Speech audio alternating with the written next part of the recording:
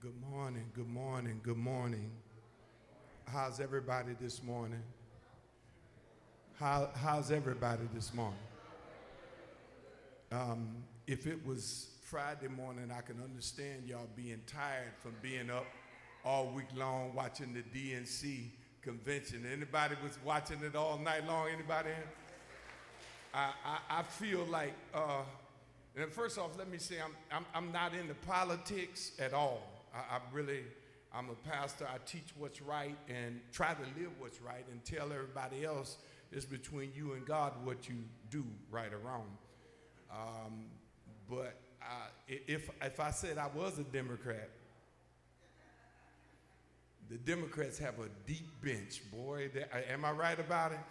They should be winning for years. I do want to say the reason that I'm really, really excited because from a little bitty boy, I hate bullies.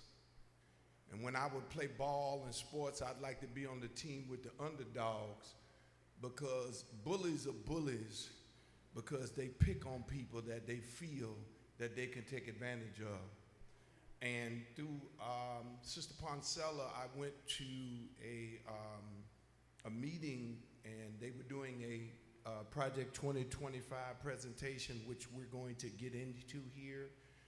And I got mad because I hope everybody got the handouts that came in. We're not going to address that now. I'm gonna deal with that on the end briefly.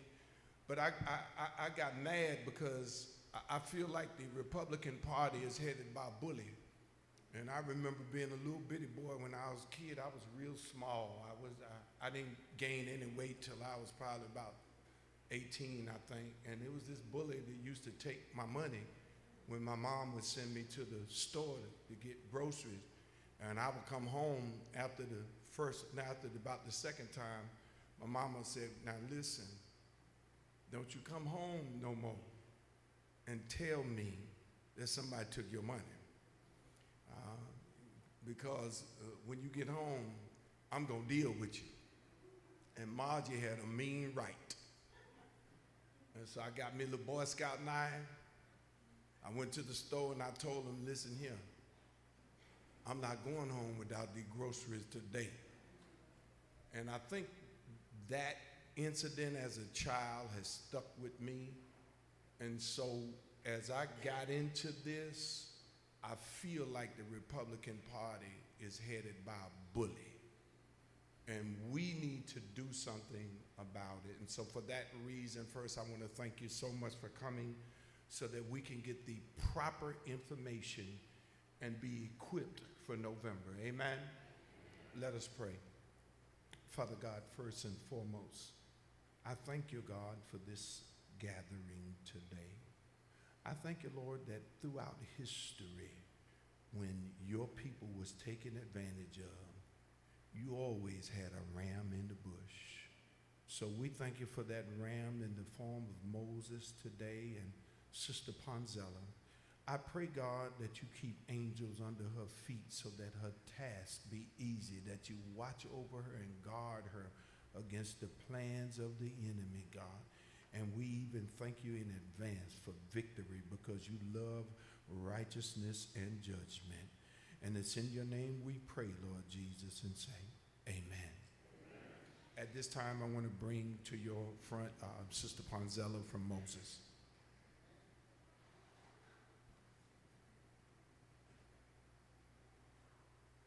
Good morning. So, yep. No worries. Deacon Brown, we're live.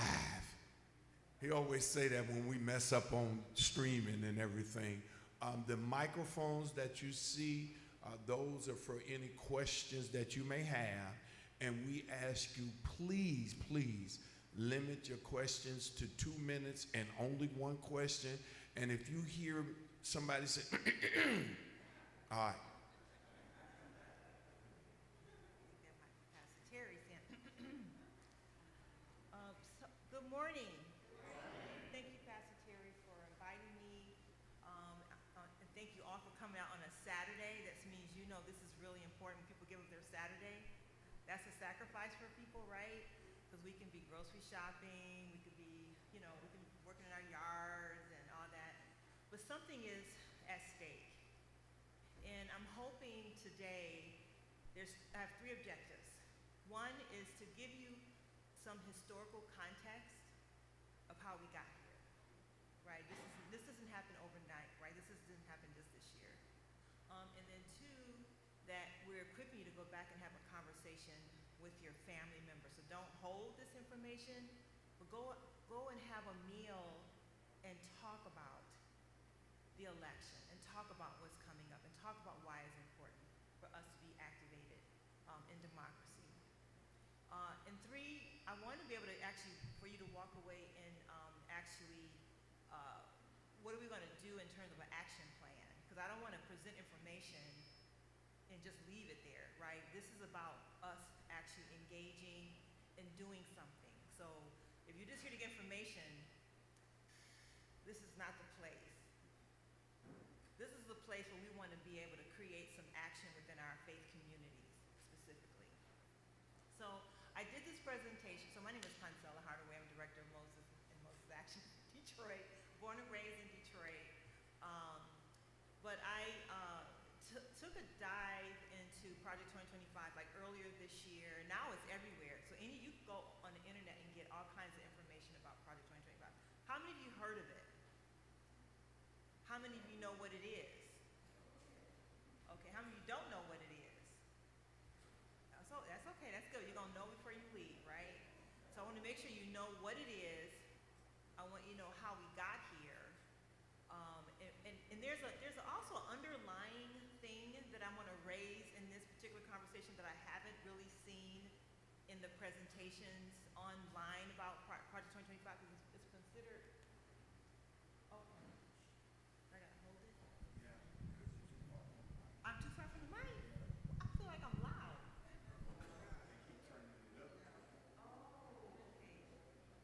Okay. Nope, hold it. He said hold it. Oh, Lord. I'm with you. Okay. So there's an underlying thing that's happening. Yeah, put the first slide up, just the first one. So I presented this at the Baptist Pastors Council evening meeting. Was that in July? But there's a piece in here that I really wanted to talk about because there's an underlying current about how we got here. And I'm going to take you back to a little bit down the road of history. So the next slide. Remember our values, like we are faith-based. You know, my church is Citadel and Greater Apostolic Faith Temple, which is CAM now. I grew up in the church. And so we had a set of values, right? And so these are things I want us to remember. Before I go into this, I felt it was really important to go into this, before I go into this presentation, to really remind us of who we are. I don't think we have to, but I just wanted to say it because I'm going to say some stuff that's probably going to like, what? So, you know, one I want us to go with Corinthians. I'm going down to the third bullet.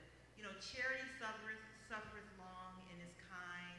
Charity envieth not. Charity vaunteth not itself.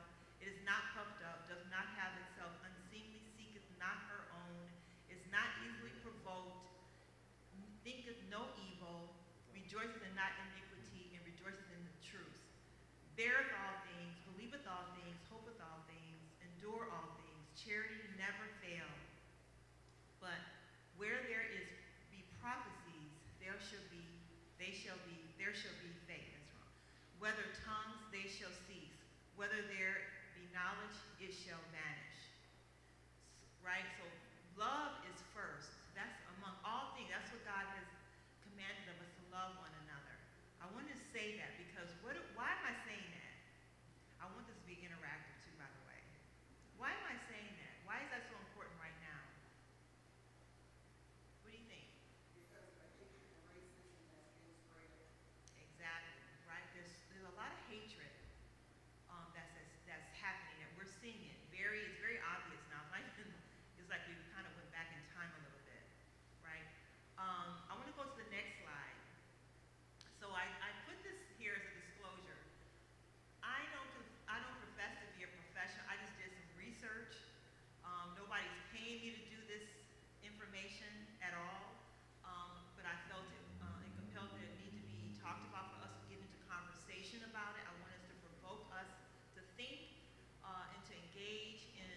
research for ourselves.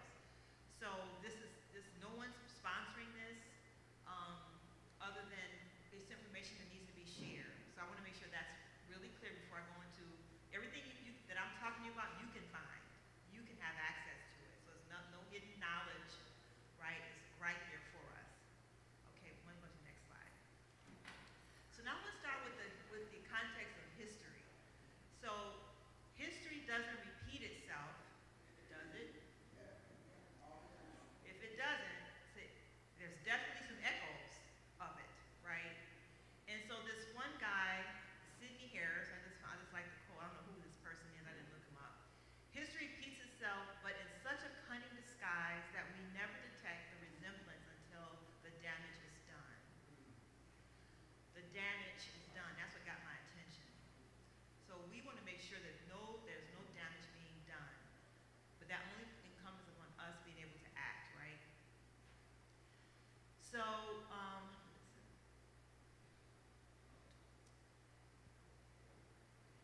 so the next slide. I want to talk about the backlash. So do people remember any of this or read this in some books or newspapers? People remember this? What was happening? What was happening? Come on, let's talk loud. Y'all in church? I think church is loud. So come on, let's talk. Segregation, right? Remember segregation, like in 1954. Why was that? That evoked a lot of emotion from a lot of people, right? Because they did not want to desegregate. They love segregation. They love the separation of what we call now othering, right? It's othering.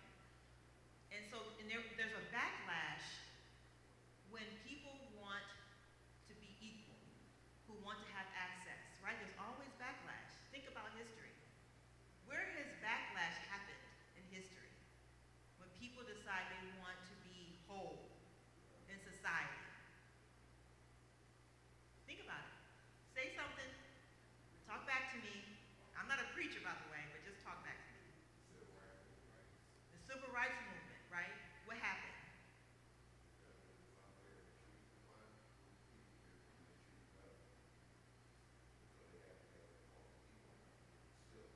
Right? And there was a lot of people who showed their true colors, right? About hating other people, right?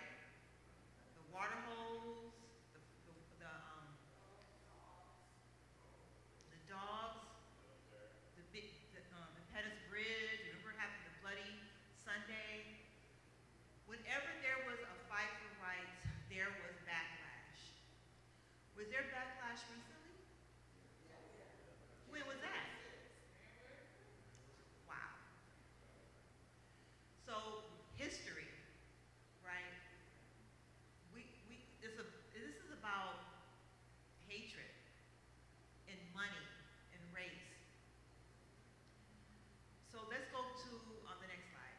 So the voting right. I'm specifically mentioning the Voting Rights Act of 1965 because that's when. So you saw there's a lot of emotion that happened. Now there's structural change that needs to happen to make sure this does not happen. That we have to protect what we have. We have to keep the power we got, right? Power is not given, power is taken. Some people have power, they want to keep it. Some people don't have power and they want it, right? They want to be able to be whole. So the Voting Rights Act was a start, and this is something that people are not talking about. And we learned about this maybe 8 years ago, and it was called the Lewis Powell Memo. Go to the next slide. You go to the next slide. Deacons. There you go, okay. So there was a confidential memo by Lewis Powell, who later became Supreme Court Justice in 1972 under Nixon. But he was in the Chamber of Commerce. And remember 1965 Voting Rights Act? We got the right to vote.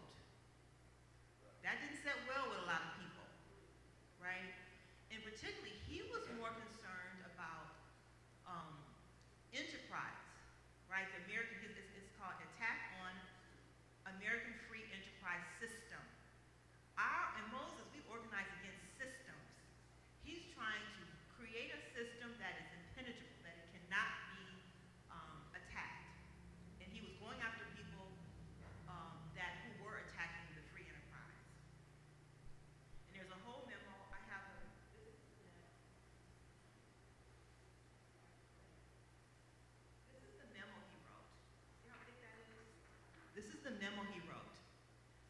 And what he was doing was setting up infrastructure. And there's a reason why I'm talking about this. Setting up infrastructure to protect free enterprise. It says, but independent, the next slide, but independent, uncoordinated activity by individual corporations, as important as this is, will not be sufficient. Strength lies in organization, in careful long-range planning and implementation. The consistency of action over an indefinite period of years in the scale of financing available only through joint efforts and in political power, available only through united action and national organizations. Okay, he's sending out a whole memo on how he thinks that should happen. What does that say to you when you hear that? Any thoughts?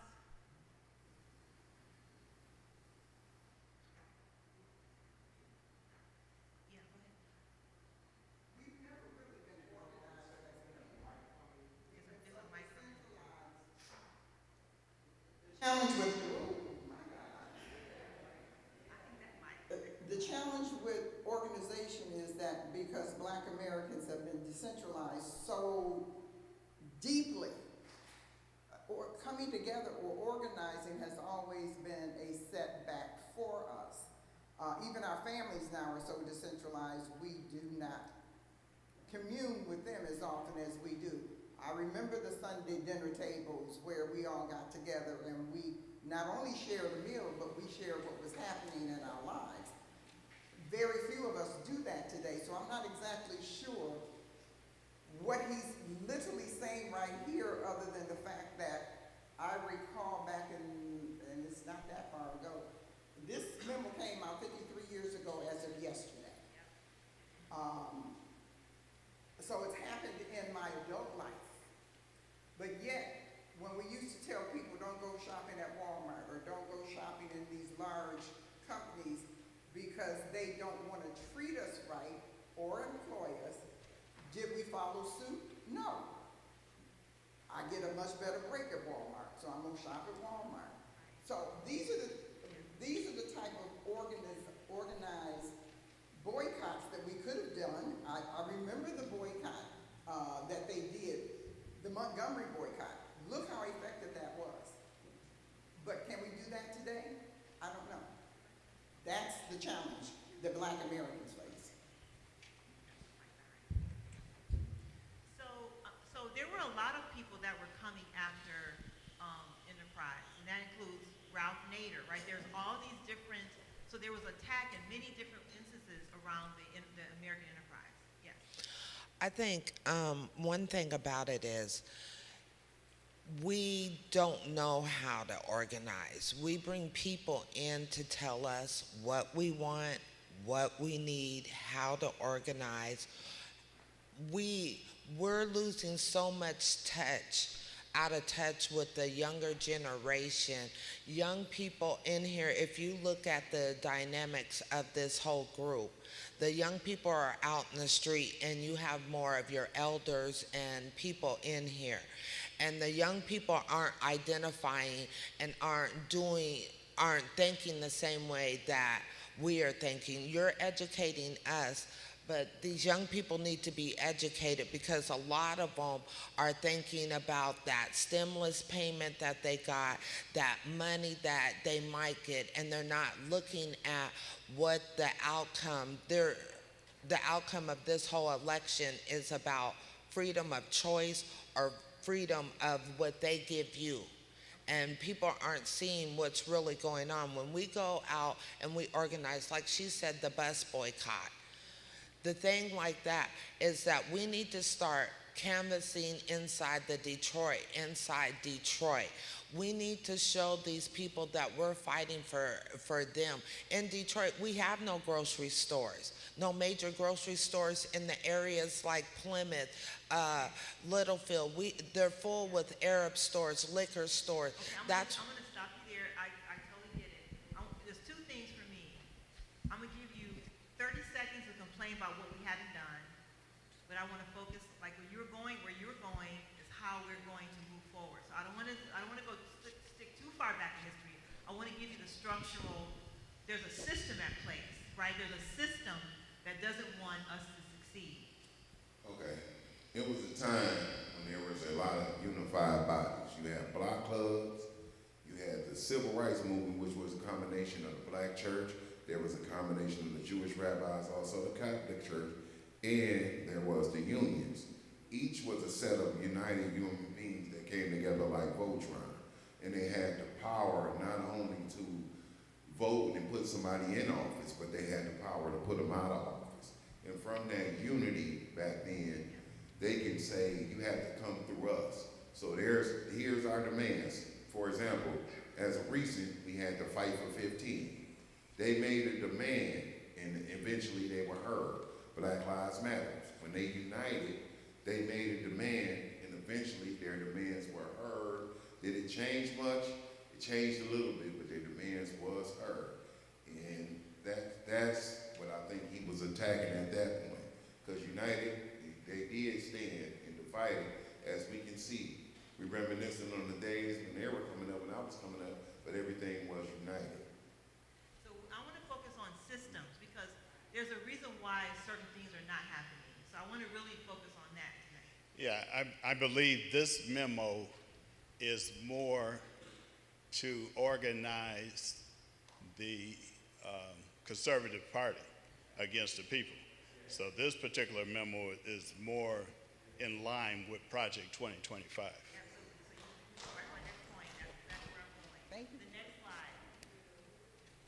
The day long passed when the chief executive officer of a major corporation discharged his responsibility by maintaining a satisfactory growth for profits, that's what they want, with due regard to the corporation's public and social responsibilities.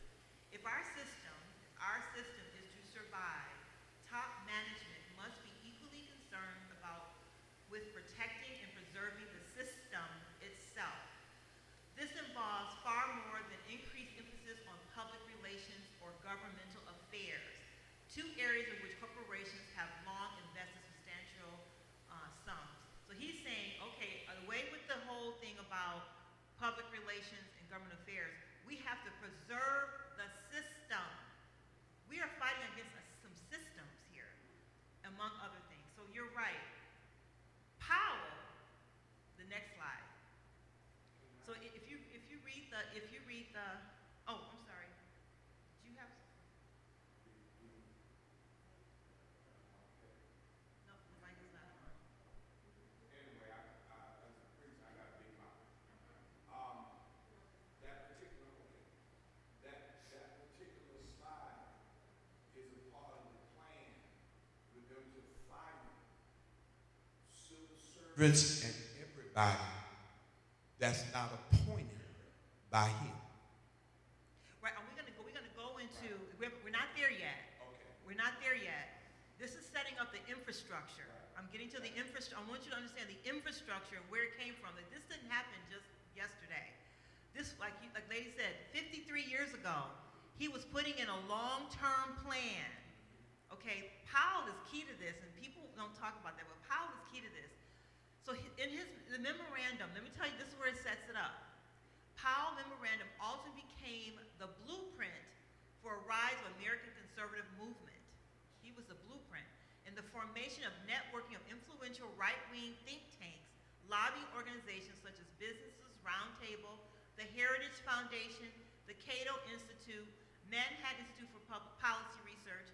Remember ALEC? I know you all heard about ALEC, right? American Legislative Exchange Council. That was a whole mastermind behind to destroy our public education, and inspired the U.S. Chamber of Commerce to become a far more politically active.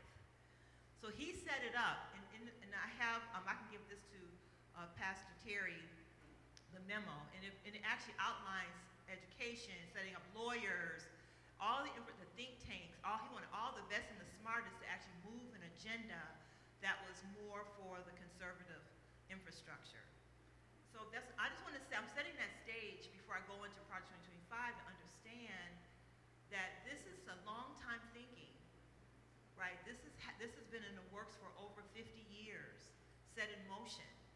And part of that, there was a whole But there's a whole bunch of deregulation that happened after this. All kinds of things were deregulated. The energy company, everything was deregulated. So media, because that was a big thing in Powell's memo, was media. And how, now, you know, only a handful of people own the media of any kind, right? It was a way of controlling the narrative, a way of controlling the infrastructure, a way of controlling policy and controlling people. Somebody had their hand up. I think this structure is all for the protection of whiteness. I think it's Okay, the structure is about the protection of whiteness. I'm going to get to that. I'm going to get to that. I'm trying to get there, but y'all just jumping ahead of me. I want you to understand. It started with the business community. It started with because there's a whole deepness around that. It started with the business community with the Powell memo and setting up these conservative think tanks. If you go to the next slide. Now, anyone can go to Project 2025 website. I'm going to highlight some things. I got some resources for you to actually take a deeper dive. But they're not hiding what they're doing, right? They're not hiding it. Haven't been. It's been there for a while, actually. But on the Project 2025, the first page, it says Project 25 is a historic movement brought together by over 100 respected organizations from across conservative movement to take down the deep state and return the government to the people. What people? Okay, that's one. It's the Mandate for Leadership Conservative Promise that was published back last year. Is a product of more than 400 scholars, policy experts from around the country. That's what Lewis Powell did. He called for all the best, all the thinkers to actually set in motion back in 1972, 71. The book offers a menu. It's a book. It's really thick. I usually bring the Taylor Branch book, the big one. That's about how big the book is, 900 pages. The book offers a menu of policy suggestions to meet our country's deepest challenges and put America back on track, including secure the border, finish building the wall, and deport illegal aliens. You've been hearing that, right? De-weaponize the federal government by increasing accountability and oversight of FBI and DOJ. And it's not just increasing oversight, it's like whoever's the president gets to control it, right? Unleash American energy production to reduce energy prices. Anyone? I don't even know what all that totally means. Cut the growth of government spending to reduce inflation. All these are code too. Make federal bureaucrats more accountable to democratically elected president and Congress, right? Bureaucrats, and we're going to talk a little bit about that. Improve education by moving control and funding of education from DC Democrats directly to parents and state and local governments. We know we got the boss in our state. You know what she wants, right? Ban biological males from competing in women's sports. That's on the first page. It's not hidden. That's probably in a nutshell what their agenda is. But I'm gonna go a little bit deeper. Next slide. So the Project 2025 is a 900-page policy report. It's spearheaded by the Heritage Foundation in concert with over 107 other allied groups and think tanks and organizations. But they say this, it says this: we aim to assemble any army aligned. We aim to assemble any army aligned, vetted, trained, prepared conservatives to go to work on day one to deconstruct the administrative state. That's their language on the website. What is that saying to you?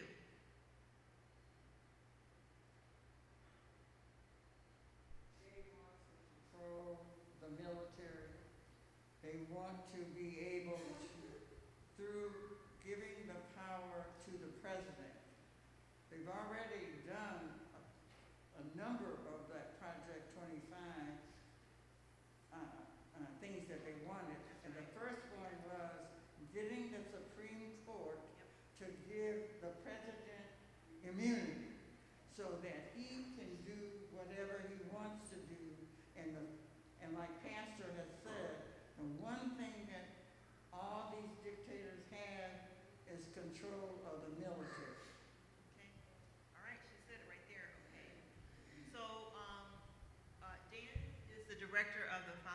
so if you go on the website, I encourage you to go look at the website. You'll see a list of names of people who are engaged, and just research each of them.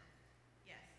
So bottom line is, Trump wants to be a dictator like Putin and China.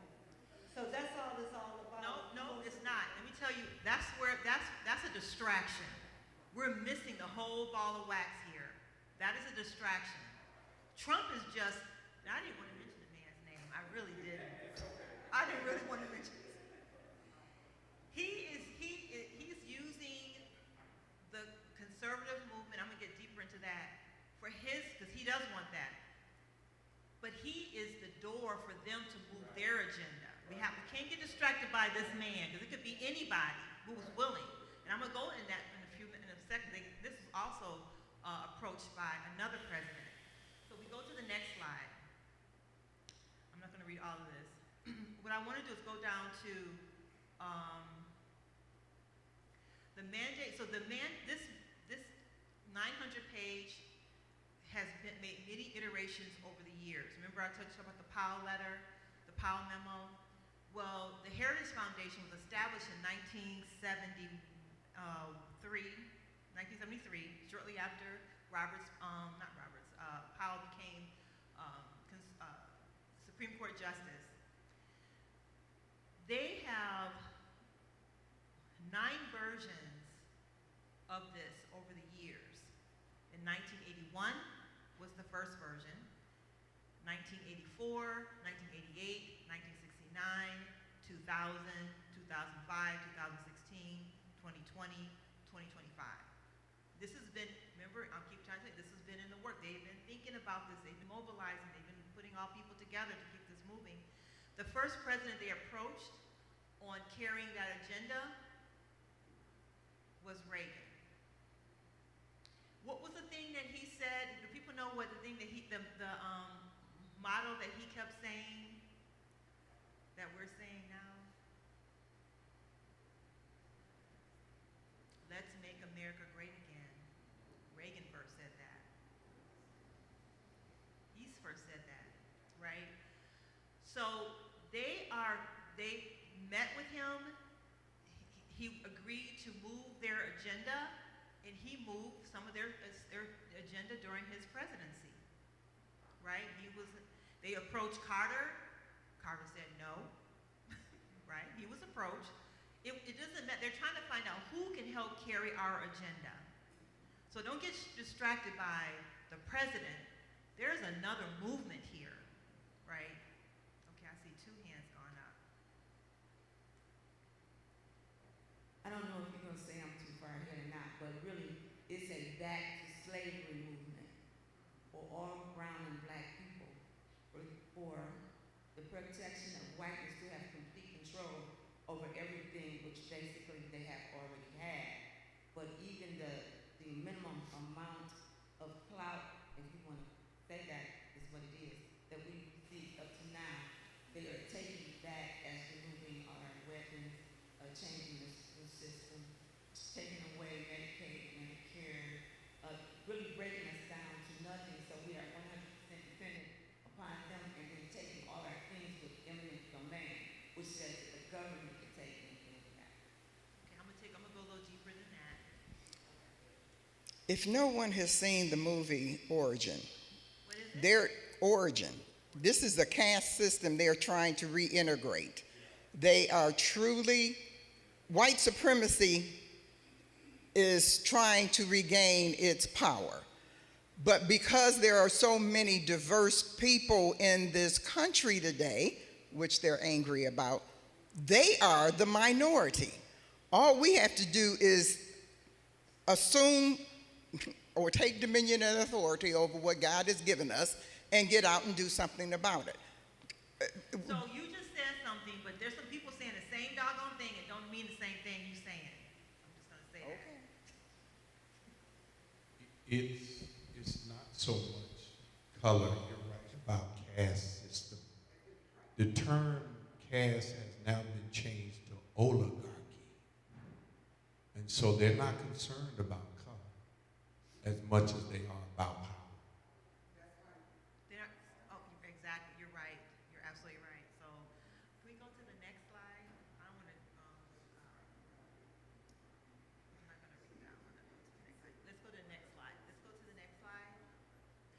deacons. Oh. All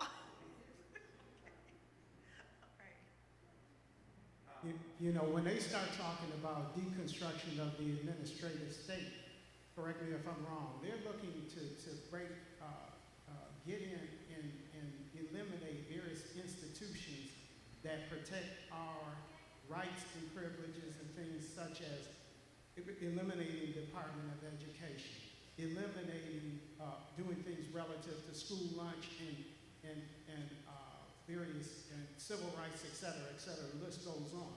So when you start talking about EPA, which, handles, our environment and so forth, when they eliminate that, then they can come into our neighborhoods in the black community and pollute as they see fit.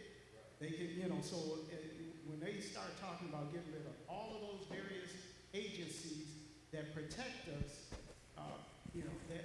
that enables them to basically do as they will. Yeah, you got it. That's right. Okay. Also,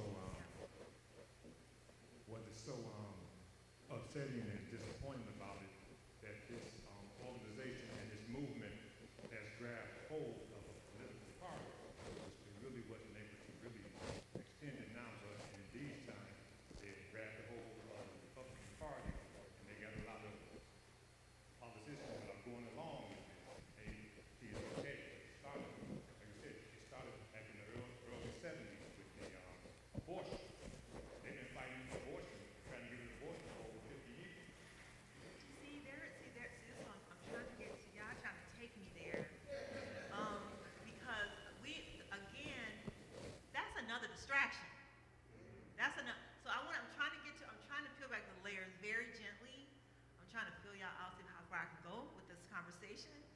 But it's a little even deeper than that. So let me go through this a little bit. I'm gonna get to that. So now you're giving me permission to actually say certain things that I feel that, and you can go and research it, you can go and talk about it, you can, but it's something a little deeper that, okay, let me just finish this real quick. Go to the next slide. I'm not gonna read that.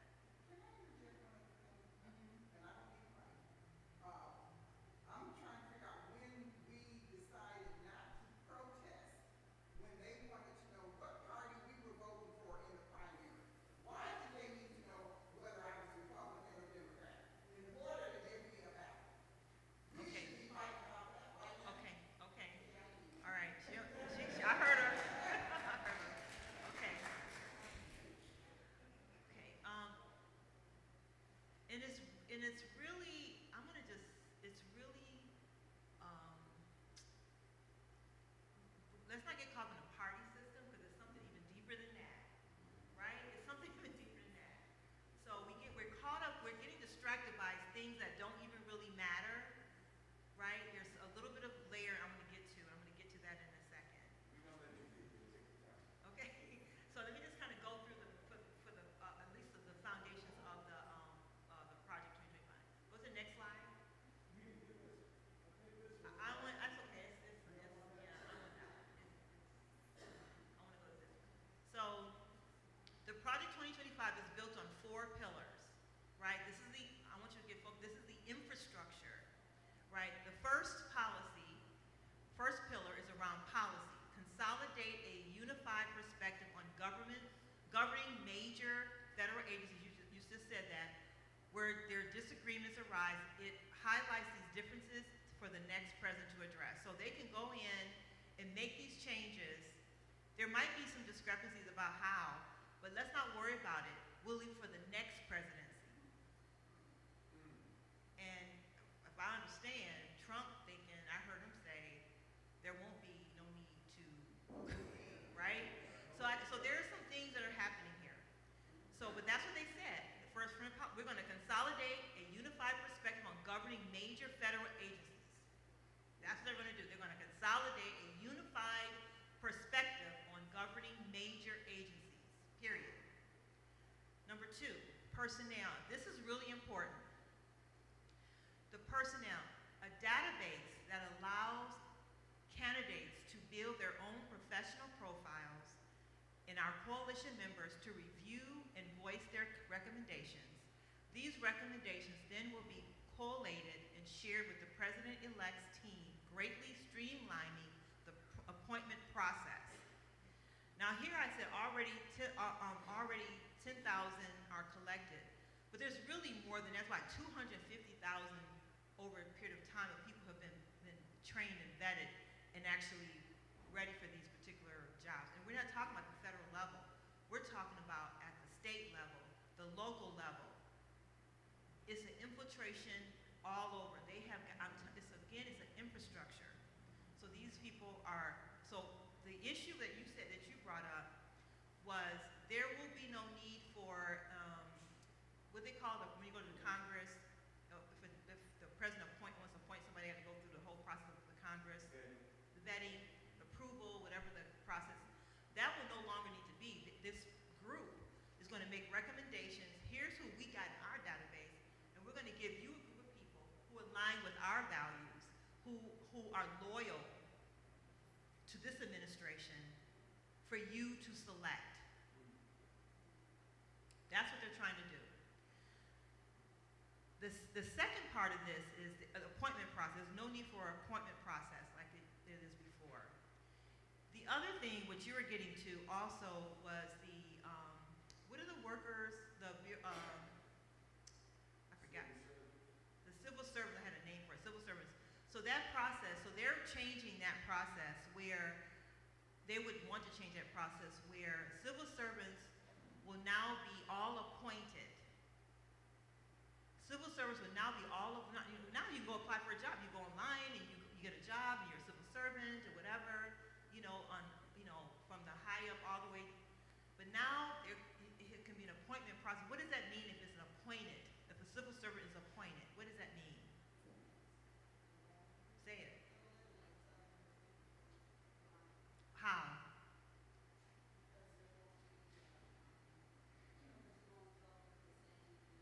Okay.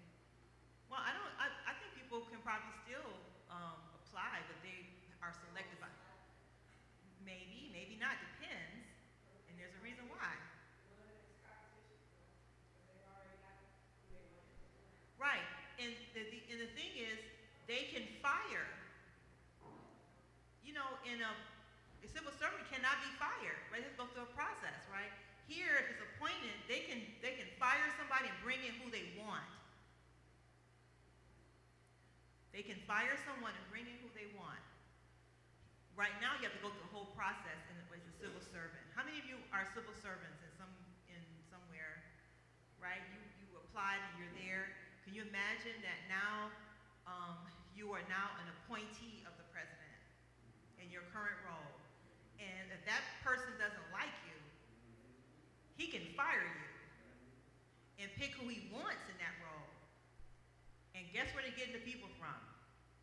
Pillar number 3 is the Presidential Administration Academy, an online education system taught by experts from our coalition for the newcomer.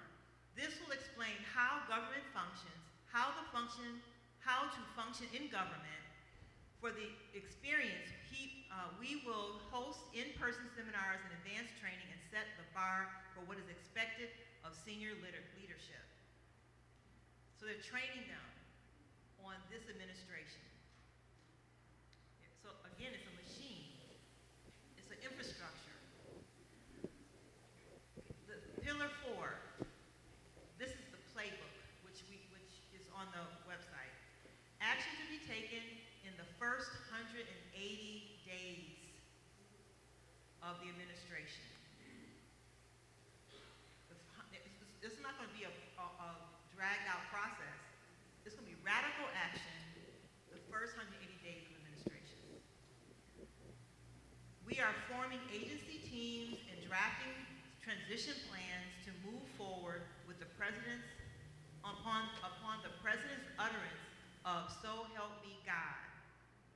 This is language on their website. So you see where I'm getting at here? So, let's see, I want to go to this. So I just want to read this a little, the next slide.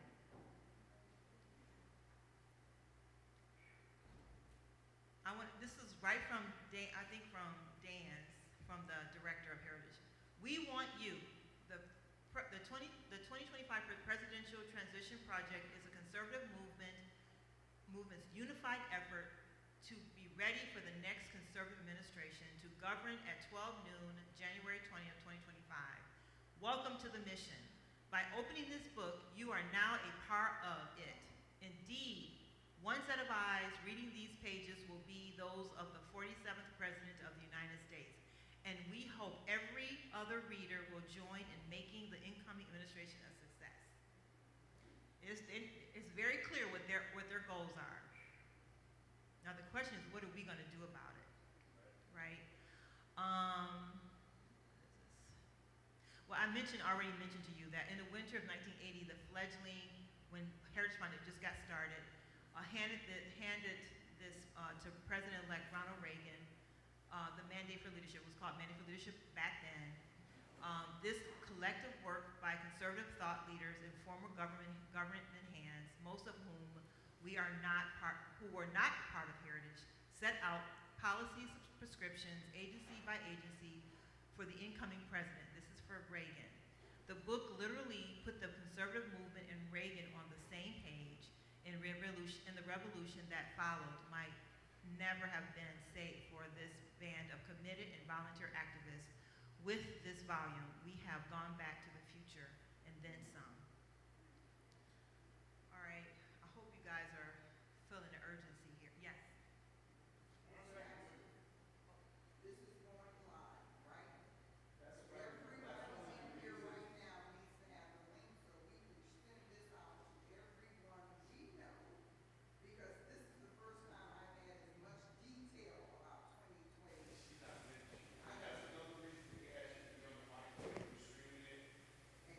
And so if you're not talking on the microphone, the people that are watching can't hear you. Please wait for a microphone to come to you to speak, please. She's done. She's going to make sure everybody got it out. We need to get this word out. That's what she's saying. So let's go to the next slide. I'm going to skip this slide. This is the table of contents of the Project 2025. Taking the reins of government. You know what that says? The common defense. Like what is the so all these are under these topics are their actual strategies. You can actually read what's the state now and what their strategy is. It's actually in the book, right? The general welfare, talk about the domestic, the economy, right? Independent regulatory agencies.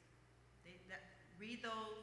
You can break them down. I actually have a QR code for a book that you will have to be able to take with you with some of this.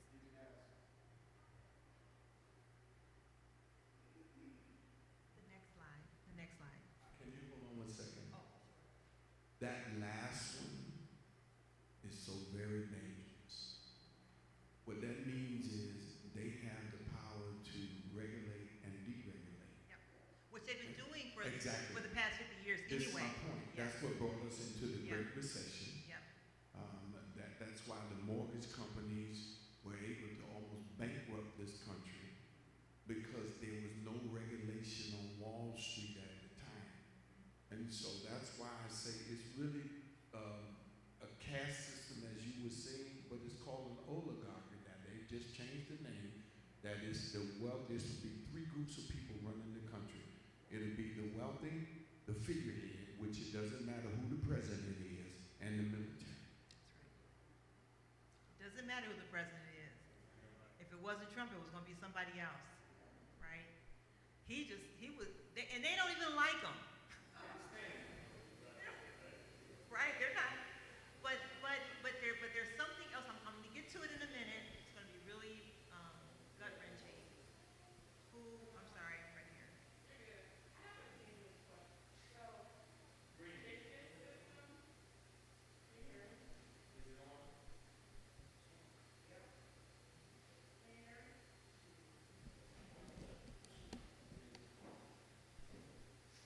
Can you hear me now? Yeah. So if this system has been in place for this long and it keeps causing recessions and stuff like that, why do they feel like it's gonna work? Like, why do they feel like if I keep doing this and implementing this power and then all of these negative consequences impacting, why keep trying, I guess, the question. If it, we say negative consequences, nope, hold the mic, wait, I wanna get more clarity about what you're at, what you're Like, asking. every single recession, all of this stuff, it might work for like a couple of years, or it might be beneficial for a little bit, but then the whole world's in chaos. And then you try again with this system, and then it's in chaos, and it's, You have to understand, who's benefiting from the chaos? People benefit from the chaos.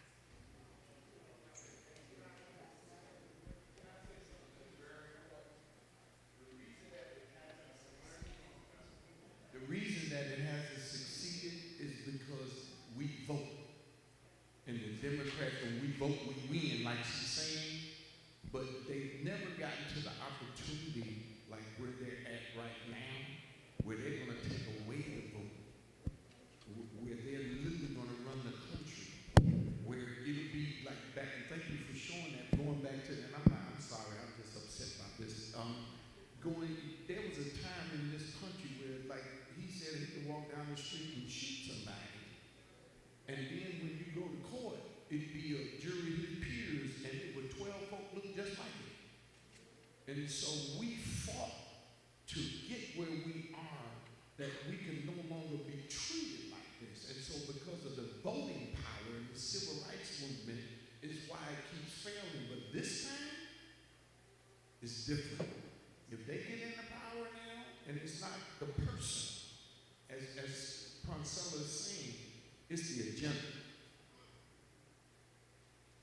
Let's go to the next slide. That's okay. So I know many of you mentioned here's some of the priorities. Someone's going to go through them real quickly. They want to end the Affordable Care Act. They've been trying to do that since day one, right? Additional tax breaks for corporations in the 1%. They've been trying to do that. This is ongoing, right? Defunding FBI and Homeland Security. Cuts to social, and they're going to cut Social Security. They don't care about Homeland Security, they're going to build a wall, right? Cuts to Social Security. That should, like, all of us should be in arms. Eliminating African American and gender studies at all levels in education. Raising the retirement age. Banning books on curriculum about slavery. End of climate protections. Eliminating unions and worker protections. Cutting Medicare. Raise prescription drug prices. Eliminating the Department of Education. Ending birthright citizenship. Using the military against domestic protesters. Using the military against domestic protesters. They did it, okay, I'm not gonna go there. Eliminating the FDA, EPA, and NOAA. There's also limiting contraceptives and regulating IVF, banning pornography, banning sex education around gender identity. Those are just some of their priorities. Now, some things we might agree with, and some things we won't, right? But there's a whole nother issue here, and I'm gonna get to, and I keep teasing that with you, but there's something deeper that I just really feel like no one's really talking about. I mean, people are talking about it. In fact, we're gonna have a conversation about it at a later date. So let me just go to the next slide. Someone talked about an autocrat. So I went to Hungary last year and actually learned about their government. So Viktor Orban is the prime minister. I actually went by his mansion house, whatever the building was, where he was living. And I heard a lot. I worked with a lot of people who are doing social justice work like I am here. And they really can't get anything done. He's been in office as prime minister for 14 years. But he's been in control for almost, 21 years or more, because he started a party or something, right? And I know that a certain former president here is very, in relationship with, so there's this, I heard some of you say certain things, that there's this model, even about who's been in office for a long time and the impact they're having, the kind of government that's existing, and what can people actually do.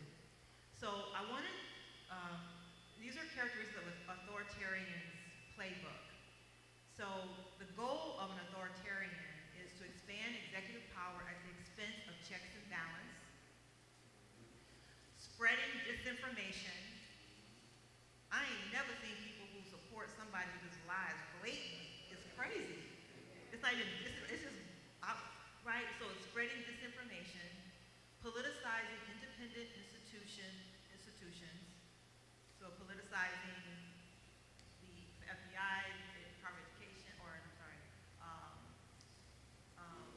IRS. If you can eliminate IRS, you want to get rid of IRS, DOJ, yes.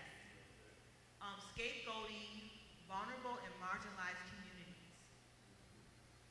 So we're the scapegoats here. Corrupting elections, stoking violence, squashing criticism, dissent. Do those sound familiar? Are you seeing these things even now? I never thought I would actually say those words out of my mouth in this day and age. I just didn't think, I thought we were farther than that, but it seems like we're not. So the next slide. So let's get to what we need to do. I want us to focus on, so you know what's there and you're angry, you see what's at stake, what are we going to do about it? And so this is really about hatred for democracy. And this is where, so Reverend Barber said this on the, so when we talk about hatred for democracy, why do you think that is? Why is there hatred for democracy?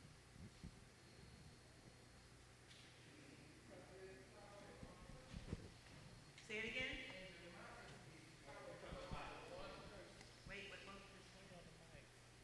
Oh, in democracies, power flows to the individual, to the one person. So I'm as important as the president. Right, so when you look at, when I take you back to history about what was happening, it was democracy that allowed us to get this far in society. And so there are certain people that just don't want that kind of progress, right? They want another kind of governance. Does anybody know what that is?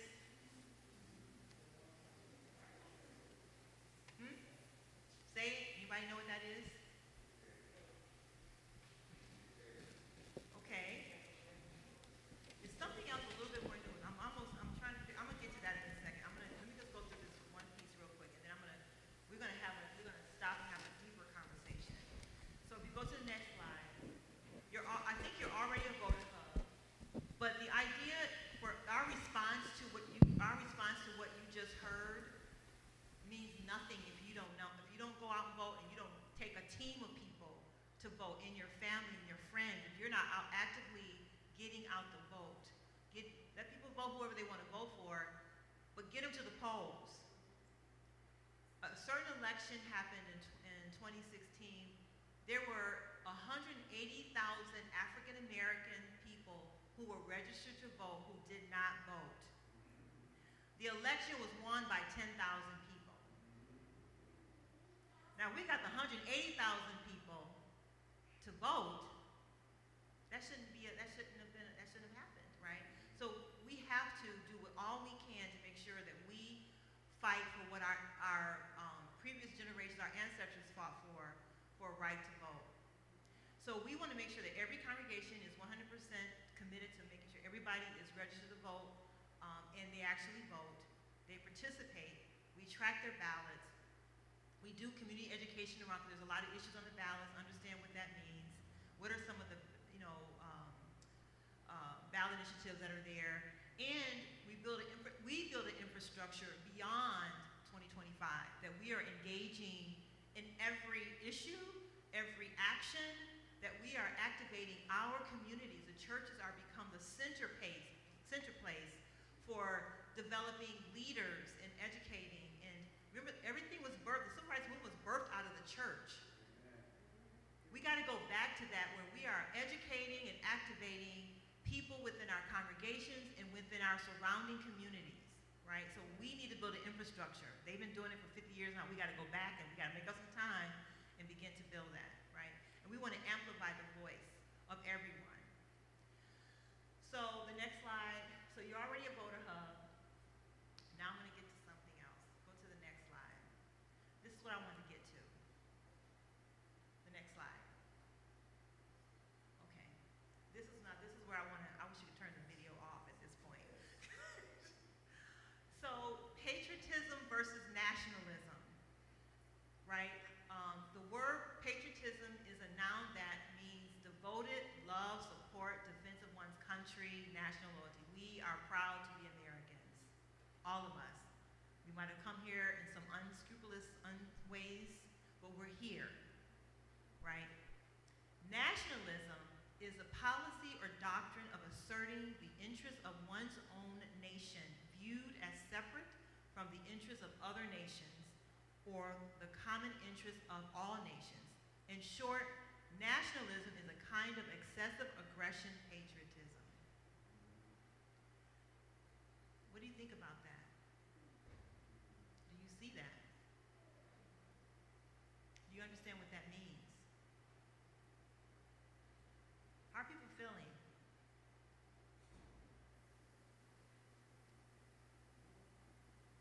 You gotta speak in the mic though. He's bringing the mic to you.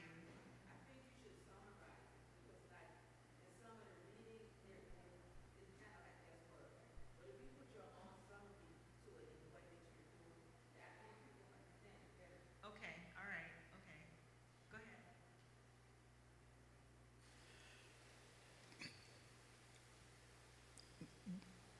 ahead. We're talking about our country right now, and our country is where so many people are trying to get to because of the way our government currently operates. I can see a mass global failure if everybody tries to again mimic what this government is doing. Our world, I mean, the whole globe would just be in chaos. And where would people be able to turn to, or what country would they be able to turn to for support? I can just see I don't know. It's this whole thing really needs to be from our colleges, our churches, our homes. Look, our neighborhoods or our values used to be family, church, school. Those were the parameters that black people were able to logistically operate from and through. Neighbors could make sure we were in line. That's no longer, that's a myth today. Our young people they have taken advantage of democracy to the point where they don't see what we have actually lived through because it's not being taught. The information they're only getting the information from us, and that's when we share it with them. We have a lot of work to do. And all I can do is continue to walk in the faith that I have and know that God is my vindicator. So, again, She asked me a question about simplify. I'm really dancing a little bit here, Pastor Gary, about what I want to say. I'm sorry. Obviously, I don't want to say it because I can't put the mic to my mouth. Because she wants me to simplify it, and where in history have nationalism have been on display? I've been there all along. Thank you. I've been there all along. This is the same playbook. Same playbook. Exact same Same playbook. But there's something I learned about that. That there's a guy called Kettle. Yeah, he was the one that was promoting everything around us. He was the advisor. Yes. But he also wrote a lot of books that Christian theologians read and exercise today in the U.S. That's deep. I just learned that myself. So, yes, another wait for the mic. Wait. Y'all forgive me. Good morning. I'm a reader. Who wrote the book? All you said what? Oh, you know who it is? Kettle. So it's a thing. Little skinny, understripped man that nobody paid no mind to, and he was the one behind the whole movie. And his name is Kettle, like tea kettle? Kettle, Jettle. I can get it information for you. Okay, thank you. But I just learned that he was the advisor for all that happened in Germany to the person. Okay? Where else have we seen nationalism? Yep. Oh, you're going to have to stay up here. You keep going back there. I just want to make sure I get this clear. Is nationalism no choice while patriotism is a choice? No. Okay. It's a who we are. Like, I'm a patriot. Like, Right, like I'm proud. And so nationalism is another form of that ideology or that. Okay. that It's a belief. different form of pride, is what you're saying. Well, no, I'm trying to get to that because we struggle with being a patriot today because of slavery and all those things, right? Right. Of our history. Right. But because we are Americans, we abide by Americans. We will go to war and defend America, right? So we do our patriotic duties, vote, whatever. But then nationalism is another kind of set of beliefs. Okay. This country is based on a manifest destiny. So founding fathers believed that God gave them this country so that they can run this country any type of way they want. So this is how they justified slavery. This is how they justified pushing Indians onto the reservation. And this is their whole ideology behind the founding fathers. Patriotism. Patriotic. So, This is how they justify what they do. so I've said that nationalism is sort of like that, but it's an excessive, aggressive form of patriotism, right? That means it's how do we create a pure race? How do we create a pure, whatever our ideology is, right? It's happened here, right? There's some people here, I don't want to say, I want you guys to say it. What else happened? What else? Also with white nationalism is we have white nationalists here now.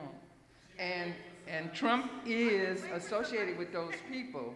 And a lot of the ideology of the white nationalists in the United States would mirror the things that are going on in Project 2025. And it will bring us to because they're a small group now, but he can make it bigger.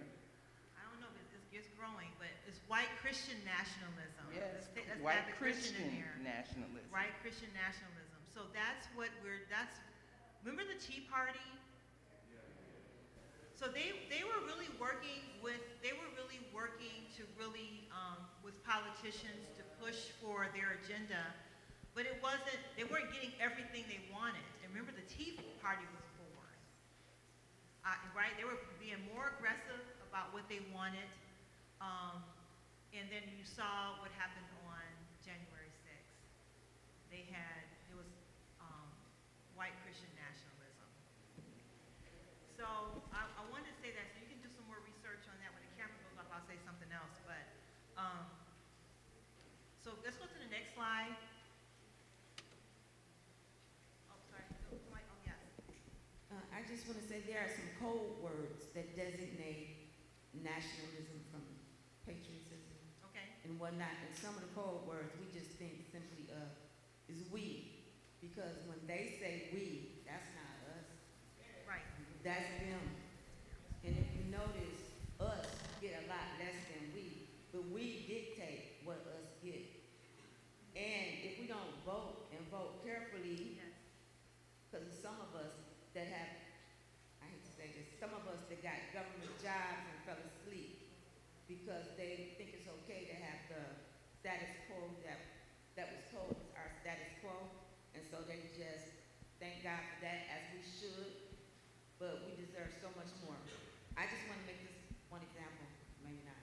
Like in 2008, when the market crashed, I think you mentioned that before, when the housing market crashed, but you had saw all the mortgage companies saying that, y'all, meaning us, come get this 110% value from your home. Remortgage your house at 110%.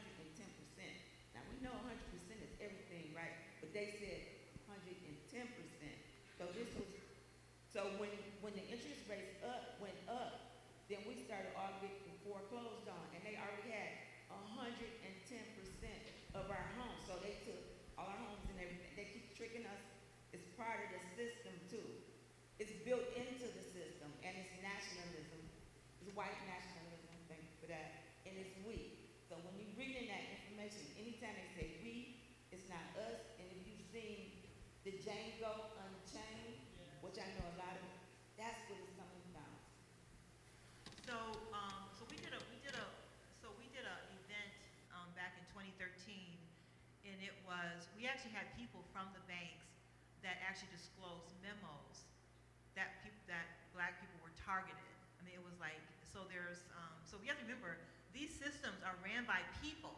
They're just not just, laws are developed by people, right? And what are the beliefs and values that they're bringing to those particular positions and jobs? Let's go to the next, okay, so. Can I say something real fast? I'm sorry. For anyone, again, there's always slick maneuvers that is used. So when you see Christian nationalism, they're still talking about white Christian nationalism. There's no separation of those two. They have taken off the white part to trick, and manipulate. But Christian nationalism is just white Christian nationalism. So on that point, I want to say that, so they're saying Christian, but there is white Christian. You look at who shows up in Oakland, it's mostly white. There's some, blacks, but they're basing their who they are as Christian nationalists from the Declaration of Independence, but it's distorted. Their view of what that means is distorted. So when we talk about, we're Christians, I had a hard time with when it claimed, I was like, what? Because that's why I read that scripture in the beginning of who we're called to be as Christians. And this is not what God is calling us to be, right? And so so their view of the independence is distorted. So I'm gonna, what's my next slide here? Okay. So their focus, you talk about Project 2025, but in terms of what they want to do is the movement believes that 7 areas of influence, which is all listed in the Project 2025 under structure and topics, influence society in that they seek to influence our family, religion, education, media, entertainment, business, and government. All but that's in Powell's, part of that's in Powell's memo, and also in the Project 2025. All of these things, they want to influence and change and focus.